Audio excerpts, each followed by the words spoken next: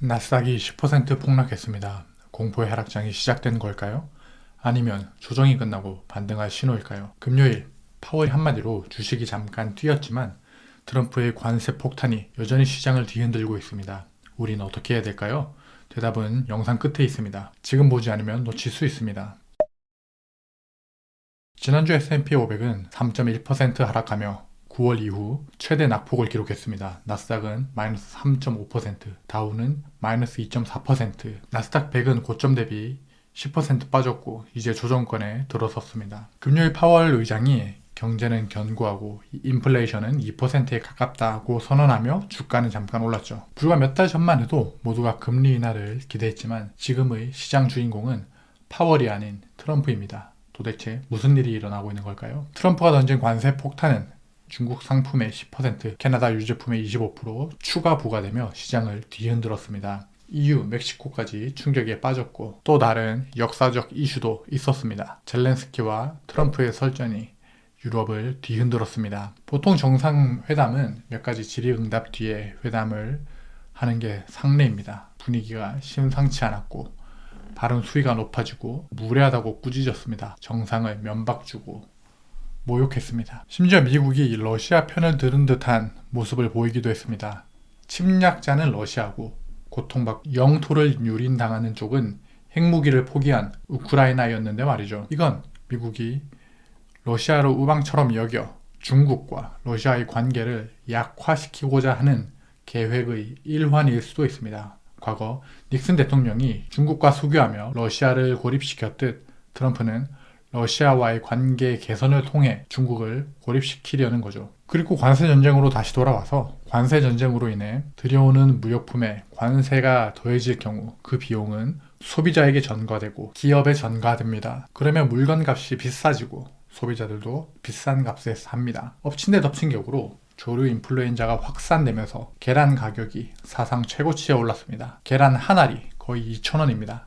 제가 잘못 말한 게 아닙니다. 미국에서 계란 한 알이 2,000원에 육박합니다. 소비자 물가지수인 CPI도 9월부터 최근 발표했던 1월까지 2.4%에서 3%로 꾸준히 올라왔고요. 인플레이션에 오면 금리 인상이 불가피합니다.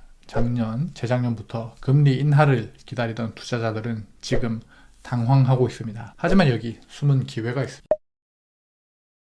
이제 미중 무역 전쟁은 당연한 것처럼 느껴집니다. 그리고 보복 관세에 보복 관세를 더한 보복 관세도 나오기 시작했습니다. 중국은 5일 열린 전국인민대표회의에서 경제 성장률 5%, 소비자 물가지수를 20년 만에 가장 낮은 2%로 제시했습니다. 실제로 사람들이 돈을 덜 쓴다는 걸 인정한 셈이죠. 이런 트럼프 관세 전쟁의 나비 효과가 예상치 못한 곳에서 나타났습니다. 이유는 안보 불안감을 느끼며 무려 1229조 원의 군사비 증액을 결정했고 중국도 내수 부양을 위해 320조 원을 투입합니다. 유럽은 이미 5차례 연속 정책 금리를 인하했고 캐나다는 6회 연속 기준 금리를 인하하고 있습니다. 정치적 혼란이 결국 글로벌 돈 풀기 경쟁을 부추기는 셈이죠. 전 세계가 관세로 인해 의도하지 않게 분노의 돈 풀기를 계획하고 있습니다. 이제 더 이상 관세 자체가 중요한 게 아닙니다. 이제 전 세계 국가들은 관세 협상보다는 트럼프를 믿지 못합니다.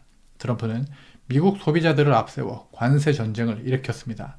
이 불확실성의 끝은 아직 알 수 없지만 이 신뢰의 부재가 미국 이외의 국가와의 무역을 앞당기고 자국 경쟁력을 강화시키기 위해 각 국가들의 국가 자금을 활용할 겁니다. R&D나 소비 진작을 위해 자국 무역 보호를 위해 돈을 쓸 거고요. 전 세계가 팬데믹 때 풀었던 자금을 회수하려다가 트럼프발 관세 전쟁으로 다시 유동성이 폭발하려 합니다. 유동성은 돈이 시중에 풀리거나 빠른 속도로 도는 것을 의미합니다. 돈이 시중에 풀리면 자산 가치가 오릅니다. 그렇다면 나스닥의 10% 하락은 기회일 수 있습니다. 하지만 조심하십시오. 2000년 닷컴 붕괴 때 나스닥은 3년에 걸쳐 78% 폭락했고 회복에 15년이라는 시간이 걸렸습니다. 지금은 전고점 대비 마이너스 10%입니다. 초입일 수도 있다는 얘기죠. 자, 그럼 이쯤에서 궁금한 게 있죠. 월스트리트의 전문가들은 올해를 어떻게 예측했을까요? 골드만삭스는 S&P 500이 연말까지 6,000포인트 돌파 가능할 것으로 봤습니다. 이미 6,100 이상을 갔다가 다시 돌아왔죠. 약 4% 추가 상승할 수 있다고 본 거죠. 생각보다 적습니다. 모건 스탠리는 나스닥의 조정이 2분기까지 이어질 수 있지만 중기적으로는 상승장이 재개될 것으로 봤고요. JP 모건은 상반기에 변동성이 확대되며 섹터별 차별화 전략이 필요해 보인다고 말했습니다. 블랙록은 현재 나스닥의 10% 조정은 장기 투자자들에게 매수 기회로 보일 수 있으며 S&P의 연간 상승률은 8%에서 10%로 전망하고 있습니다. 웰스파고는 부정적인데요. 인플레이션이 점화되며 연준이 금리 인상을 고려할 가능성을 경고하고 있습니다. 이에 따라 주식시장은 2분기까지 하락할 수 있다고도 했고요. 이처럼 월스트리트의 전망은 다양합니다. 누구 말이 맞을까요? 저는 예측보다 대응입니다.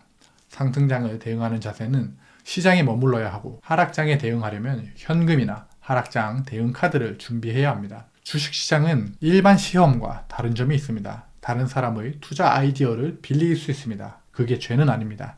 그러나 경험은 빌릴 수 없습니다. 하락장에서도 시장에 머물러야 합니다. 도망치면 다음 하락장에서도 똑같은 행동을 반복할 겁니다. 역사를 보는 것은 도움이 됩니다. 1942년 이후 S&P 500 데이터에 따르면 강세장은 4.3년 지속되며 150%의 수익을 평균적으로 내주었습니다. 하락장은 11.1개월, 마이너스 31.7%의 손실로 끝났죠. 강세장의 평균 기간이 약세장의 약 4.6배에 달하며 수익률이 손실보다 훨씬 큽니다.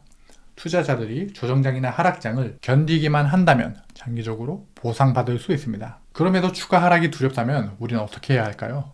불확실성에서 흔들리지 않는 법, 바로 분할 매수입니다. 지금 당장 스마트폰을 꺼내서 5% 하락할 때마다 사야 할 종목을 메모장에 적어 보십시오. 플랜 A가 통하지 않는다면 플랜 B, C를 세우면 됩니다. 이렇게 작은 준비가 큰 승리를 만듭니다. 혹은 S&P나 나스닥이 아닌 러셀이나 다우 지수를 봐도 좋습니다. 나스닥 10%의 하락, 공포일 수도 있고 기회일 수도 있습니다. 트럼프의 관세가 인플레이션과 유동성을 바꾸고 있습니다. 하락을 이기려면 분할 매수와 역사 데이터를 믿으십시오. 이번 조정장에서 여러분의 투자 전략은 무엇인가요? 댓글로 알려주세요. 여러분의 인생 우상향을 진심으로 응원합니다. 감사합니다.